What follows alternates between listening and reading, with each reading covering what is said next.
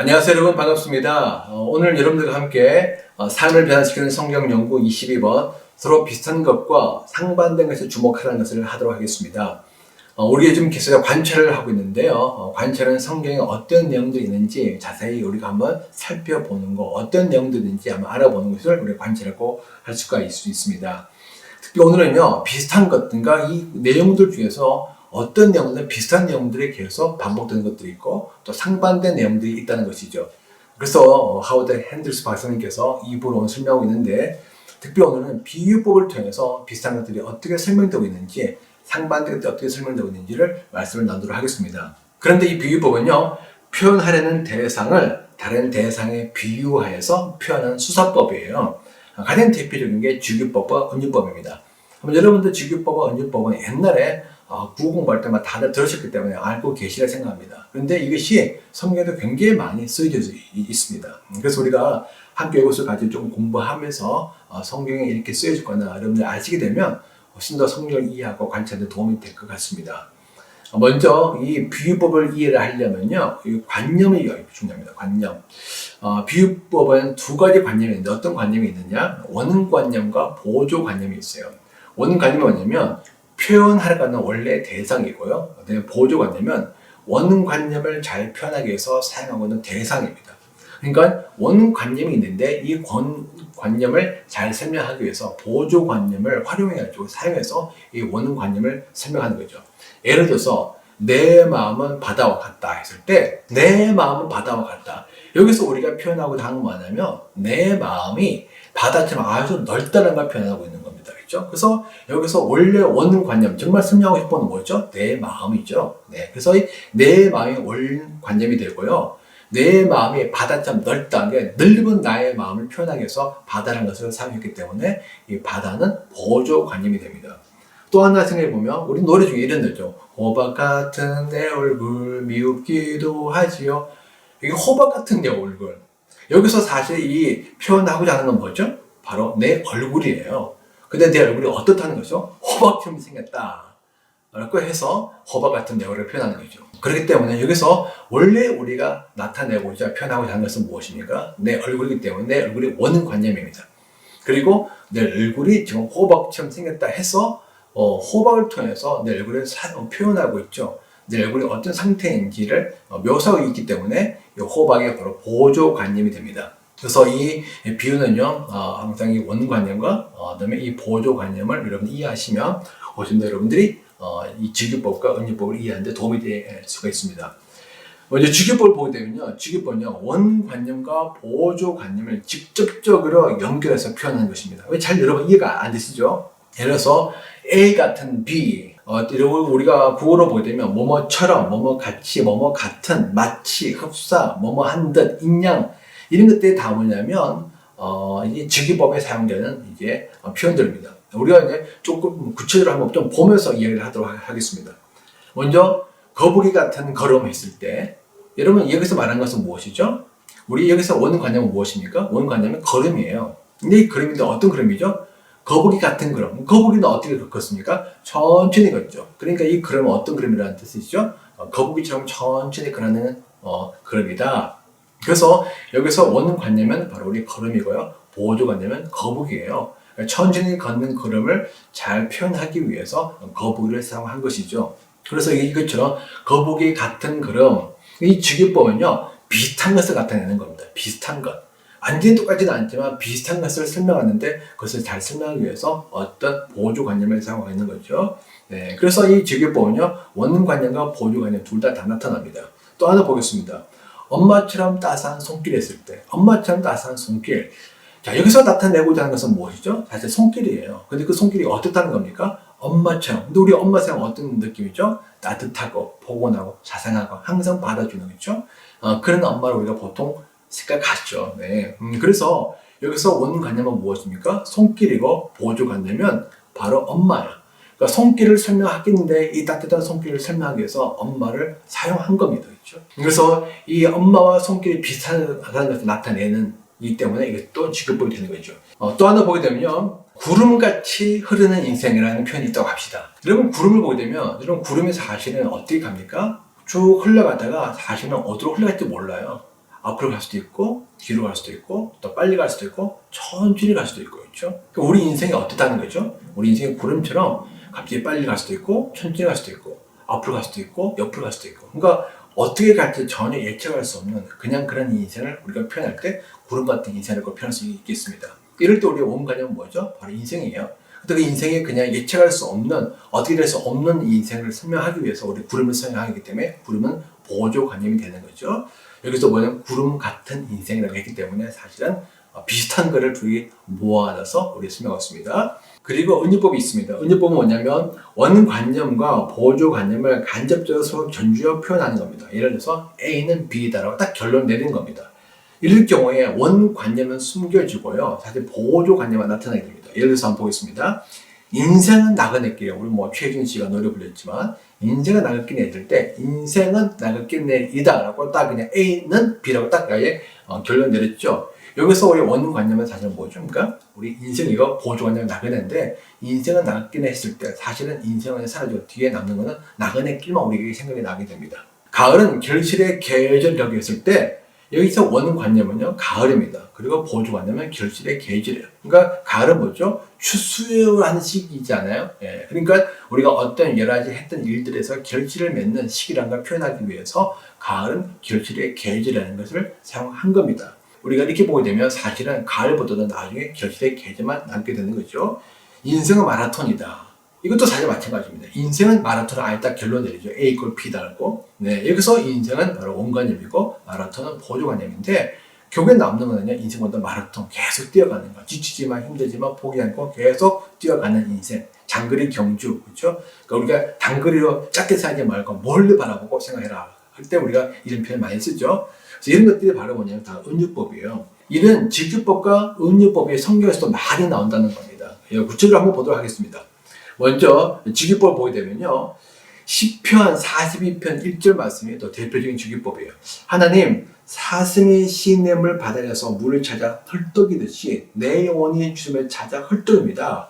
자, 여기서 보게 되면 사슴이 목이 말라지고 물을 찾아 막 헐떡이죠. 헐떡이듯이 뭐뭐처럼 사슴처럼 물을 찾는 사슴처럼 내 영혼도 하나님을 찾아서 막 갈망하며 하나님에 나옵니다. 이것은 무엇이죠? 바로 직유법, 뭐뭐처럼 이렇게 하면서 이 보조관념이 원관념을 계속 수식하면서 표현해주고 있죠. 그리고 이사야서 1장 8절 말씀도 보게 되면 주님께서 말씀하신다. 오늘은 우리가 서로 변론하자. 너희 죄가 주홍빛 같다 하여도 눈과 같이 희어질 것이요 진홍빛 같이 붉어도 양털같이 희어질 것이다. 이거는요 직유법이 4개가 연달아 쓰여져 있어요. 먼저 너희 죄가 주홍빛 같다 해도 이 죄가 뭐가 같다는 겁니까? 주홍빛처럼 아주 붉다. 이 말하면 아주 죄가 심각한 문제라는 것입니다. 죄를 주홍빛과 비유해서 말씀하고 있는 거죠. 그리고 눈과 같이 희어질 것이요. 뭐가 눈과 같이 희어진다는 것이죠? 죄가 앞에서는 주홍빛 같았는데 하나님의 용서주면 이제 죄가 눈처럼 이렇게 하면서 눈에다가 또 비유하고 있는 것이죠. 그래서 두 번째 비유가 나오고요. 또 세 번째 보면 진홍빛 같이 붉어도 그 죄가 또 한번 진홍빛이라고 사용되면서 이것도 직유법, 진홍빛 같은 그런 죄라는 거 표현하고 있는 거죠. 그렇지만 또 네 번째 양털처럼 양털과 같이 희어질 것이다. 그러니까 죄가 양털처럼 아주 깨끗하게 되어진다는 것입니다. 그래서 이것도 계속 직유법을 통해서 하나님께서 인간의 죄 그리고 용서받은 죄에 대해서 하나님께서 말씀하고 있는 겁니다. 그리고 우리 마태복음 17장 1절과 2절 말씀도 이것도 직유법이에요. 엿새 뒤에 예수께서는 베드로와 야고보와 그의 동생 요한을 따로 데리고서 높은 산에 올라가셨다. 그런데 그들이 보는 앞에서 그 모습이 변화했다. 그의 얼굴은 해와 같이 빛나고 옷은 빛과 같이 희게 되었다. 여기서 보게 되면 또 직유법이 나오는데 예수님 얼굴이 쭉 나오면서 해와 같이 빛나고 예수님 얼굴이 있는데 갑자기 예수님 얼굴이 해처럼 여러분 해가 얼마나 밝습니까? 너무 밝아서 우리가 눈뜨고 볼 수가 없을 수도 있죠. 그만큼 예수님 얼굴이 빛이 났다는 걸 의미하기 위해서 얼굴은 해와 같이 빛이 났다. 옷은 빛과 같이 희게 되었다라고 표현하고 있습니다. 이게 다 직유법입니다. 자, 그리고 계시록 21장 2절 말씀이 있습니다. 나는 또 거룩한 도성 새 예루살렘이 남편을 위하여 단장한 신부와 같이 차리고 하나님께로부터 하늘에서 내려온 것을 보았습니다. 이거는 제가 옛날에 어느 모임에서 강의를 할 때 그리스도의 신부로서 강의를 했는데 신부를 우리 성도라고 표현했습니다. 그러자 어떤 분이 나한테 오셔서, 그분은 나름대로 또 미국에서 유명한 학교에서 공부하신 분이고 이렇게 저한테 오셔서 말씀하는 거예요. 목사님, 신부는요 성도가 아니에요. 어떻게 신부가 성도입니까? 계시록 21장 2절 보십시오. 신부는요 새 예루살렘이에요. 새 예루살렘이 신부라고 하면서 저에게 성도가 신부될 수 없다라고 이야기를 하는 겁니다. 그러면서 이 계시록 21장 2절 말씀을 이야기했는데, 이런 보십시오. 나는 또 거룩한 도성 새 예루살렘이 남편을 위하여 단정한 신부와 같이 차리고, 여기서 보면 새 예루살렘이 남편을 위해서 단정한 신부처럼 차렸다고 나왔습니다. 여기서 말하는 건 뭐냐면, 만약에 은유법을 써서 새 예루살렘이 남편을 위하여 단정한 신부라라고 이야기하면 그건 A 이퀄 B가 되는 거죠. 이건 은유법이고, 이렇게 은유법을 쓰게 되면 당연히 새 예루살렘의 신부가 되고 신부가 새 예루살렘이 되는 겁니다. 근데 여기서는 은유법이 안 되고요. 여기서는 주교법이에요. 그렇죠? 주교법이 뭡니까? 뭐뭐처럼 어떤 대상을 설명하기 위해서 보조관념을 이용하고 있는 거예요. 여기서 설명하고 있는 것은 뭡니까? 새 예루살렘이죠. 새 예루살렘은 우리가 나중에 들어가서 살 영원한 영적인 고향이 됩니다. 근데 그 고향, 우리 영적 고향, 하나님의 보장이 있는 것, 그것이 나중에 하늘에서 또 땅으로 내려오게 되는데, 어떻게 내려오느냐? 결혼식 할 때 신부가 신랑을 맞이해서 준비하죠. 아름답게 예쁘게 마사지도 받으면서 좋은 아름다운 옷으로 준비하는 것처럼, 그렇게 새 예루살렘이 성도인 우리를 맞이하기 위해서 아름답게 차려서 하나님의 은혜 가운데서 하늘에서 땅으로 내려온다는 겁니다. 여기서 말하고 하는 것은 새 예루살렘 신부가 아니라는 거예요. 신부처럼 준비한다는 것이죠. 여기서 사용된 것은 은유법이 아니고 바로 주교법입니다. 그렇기 때문에 새 예루살렘은 신부가 될 수가 없어요. 신부처럼 이렇게 얘기했기 때문에. 그래서 여러분들이 이걸 잘 이해를 해야 우리가 해석을 바르게 할 수 있습니다. 그리고 우리 마태복음 13장 보게 되면요, 하늘나라는 뭐뭐와 같다. 하늘나라 씨 뿌리는 사람 겨자씨에 누르 보물 진주하면서 쭉 말씀하면서 7번에 거쳐서 하늘나라 뭐뭐와 같다라고 이야기하고 있는데, 이것은 다 주기법이에요.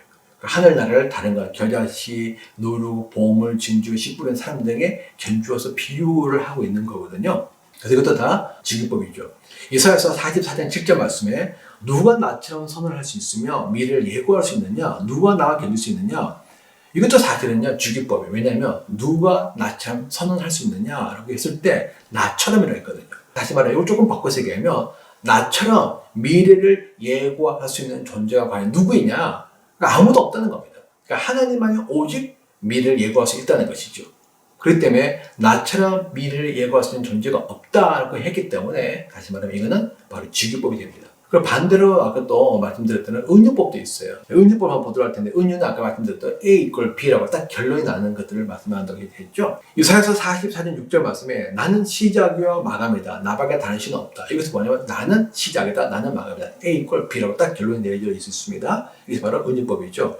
예수님 같은 경우도 요한복음 14장 6절 말씀에 나는 길이요 진리요 생명이다. 나는 길, 진리, 생명. 딱딱딱 결론이 내려져 있고, 그렇게 정의가 내려져 있습니다. 그래서 A 이퀄 B라는 그런 결론이 딱 내려지기 때문에 우리 은유법을 생각할 수 있겠죠. 요한복음 15장 1절과 5절 말씀에 나는 참 포도나무, 나는 포도나무야. 내 아버지는 농부이다. 나는 포도나무와 같다고 하지 않으셨어요. 나는 포도나무라고 했습니다. 그리고 나는 아버지는 하나님은 바로 농부다. 그리고 너희는 가지이다. 하나님은 농부고 예수님은 나무고 우리는 가지라는 거예요. 그러니까 우리는 어디에 붙는 거죠? 가지는 나무에 붙어서 되고, 그 나무는 누가 돌보십니까? 농부신 하나님이 돌보는 겁니다. 자, 이것도 다 은유법이고요. 요한복음 8장 44절 말씀에 너희는 너희 아비인 악마에게 낳았으며 너희 아비의 욕망대로 하려 한다. 자, 여기서 보니까 너희는 바로 악마의 자식이다 라고 딱 선언했습니다. A 이퀄 B는 너희는 누구다? 너희는 악마의 자식이다. 그렇기 때문에 이제 너희는 뭐죠? 악마의 자녀이니까 악마의 욕망대로, 사단의 욕망대로 하려고 한다라고 얘기하고 있는 거죠. 이것도 다 은유법이에요. 에베소서 2장 3절 말씀에 우리도 모두 전에는 육신의 욕망대로 쭉 살면서 날 때부터 진노의 자식이었습니다. 그래서 이것도 사실은 A 이퀄 B. 우리는 과거에 진노의 자식이었다라는 그런 결론이 나기 때문에 또 사실 우리가 은유법이라고 볼 수 있습니다. 그래서 우리가 성경 보게 되면 이런 표현들이 굉장히 많아요. 그러니까 우리가 잘 이해를 해야만 되는 겁니다. 그리고 또 하우드 핸드릭스 왓슨이 뭘 이야기하고 있냐면 서로 상반되는 것, 문장 속에서 어떤 이제 우리가 직위와 비유가 있었다면 어떤 큰 문장 속에서 단락 속에서 일어나고 있는 것을 우리가 좀 설명하고 있습니다. 이런 것들이 어떻게 나오고 있냐? 그러나, 그런데, 그렇지만, 하지만 이러한 접속사를 통해서 문장을 시작하는 경우가 많이 있어요. 이것도 제가 한번 좀 예를 들어서 말씀을 드리겠습니다. 이때 사용되는 의미는요, 보통 A는 B이다. 그런데 앞에 A와 B라는 것과 상반되는 내용이 뒤에 이어져 나오면서 C = D라는 그런 결론이 됩니다. 우리 갈라디아서 5장 17에서 22절까지 쭉 보게 되면 이제 육체의 행실과 성령의 열매가 나오죠. 자, 육체의 행실은 쭉 나오면서 음행, 더러움, 방탕, 우상숭배까지 쭉 나옵니다. 그리고 난 다음에 21절부터 성령의 열매는 사랑, 기쁨, 화평 쭉 나오게 됩니다. 자, 여기서 보게 되면 육체의 행실은 이런 것입니다 라고 하면서 뭐가 나오는 거죠? 바로 언유법이 나오는 겁니다. 그러나 하면서 앞에 있는 육체의 행실과 반대되어지는 새로운 결론이 나오는 거죠. 그러니까 A = B, 그러나 이제 이과 다른 새로운 상반된 내용이 나오면서 C = D라는 결론이 나오는데 C = D가 뭐죠? 성령의 열매는 이런 것이다 라고 설명하고 있는 겁니다. 누가복음 18장 1절부터 8절까지도 비슷한 내용인데요. 예수께서 제자들에게 늘 기도하고 낙심하지 말아야 한다는 뜻으로 비유를 하나 말씀하셨다라고 쭉 말씀하시면서, 그러나 인자가 올 때 세상에서 믿음을 찾아볼 수 있겠느냐라고 이야기했습니다. 자, 이번 앞에서 쭉 보게 되면요, 앞에서는 사실은 불의한 재판관의 비유를 두고 계시죠.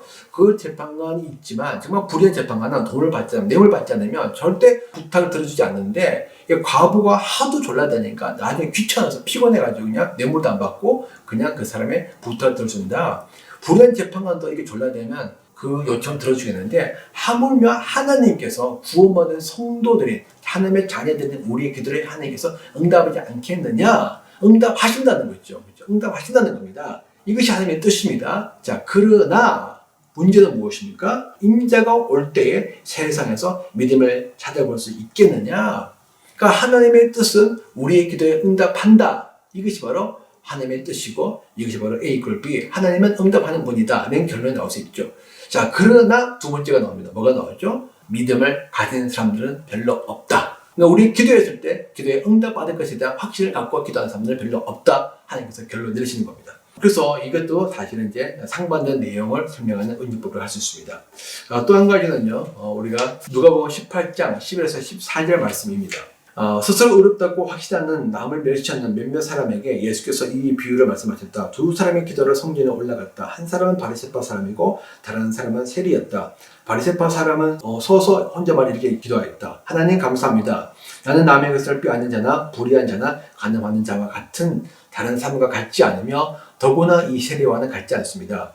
나는 1회에 2번씩 금식하고 내 모든 소득의 11조를 냅니다. 그런데 세리는 멀쩡히 서서 하늘을 우러러 볼 엄두도 못 내고 가슴을 치며 하나님, 이 죄인에게 자비를 베풀어 주십시오 하고 말하였다. 내가 너에게 말한다. 어렵다고 인정을 받고서 자기 집으로 내려간 사람은 저 바리새파 사람이 아니라 이 세리이다. 누구든지 자기를 높이는 사람은 낮아지고 자기를 낮추는 사람은 높아질 것이다. 자, 여기서 보게 되면 스스로 자기를 어렵다고 확신하고 자기는 어렵고 자기와 다른 사람들은 다 낫다고 멸시하는 사람이 있죠.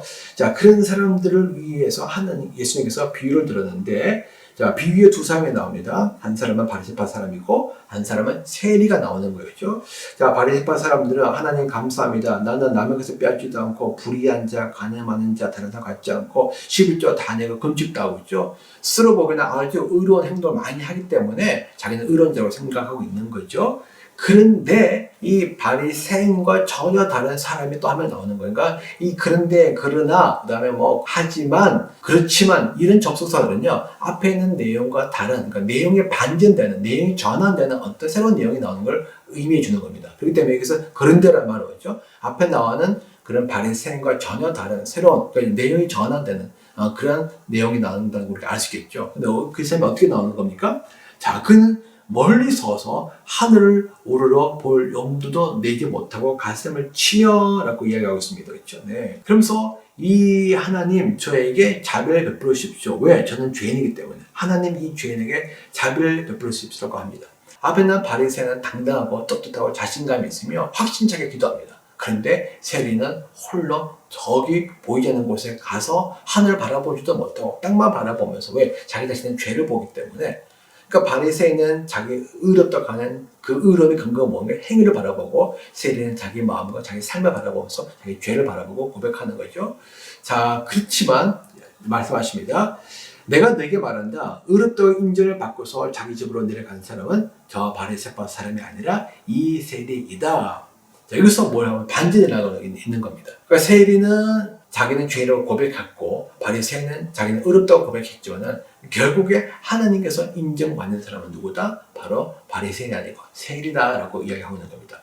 그러면서 누구든지 자기를 높이는 사람은 낮아지고 자기를 낮추는 사람은 높아질 것이다 라고 이야기하고 있는 것이죠.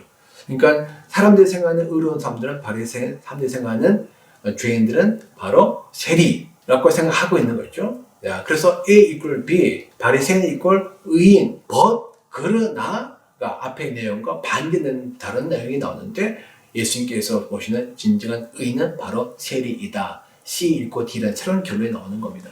그래서 우리가 이런 내용들 쭉 볼 때 여러분들 이렇게 여러분들 주규법과 은유법을 잘 구별하셔서 여러분들이 성경을 읽으신다면 여러분들이 성경에 나온 내용들 훨씬 더 잘 관찰하고 더 바르게 이해할 수 있을 것입니다. 기도하겠습니다. 하나님, 오늘은 우리가 짧은 시간이었지만 우리가 주규법과 은유법을 통해서 성경 읽는 법을 배웠습니다. 하나님께서 우리에게 하나님의 뜻을 잘 설명하기 위해서 이 주규법과 은유법을 통해서 글을 쓰셨는데, 하나님 우리가 이걸 통해서 하나님의 뜻을 더 온전히 깨닫기를 원합니다. 하나님 우리에게 영적인 지혜를 더해 주셔서 하나님의 말씀을 잘 알 수 있도록 하나님 우리에게 은혜를 부어주십시오. 하나님의 말씀을 바르게 이해할 수 있도록 우리에게 은혜를 주십시오. 예수 이름으로 감사하며 기도합니다. 아멘.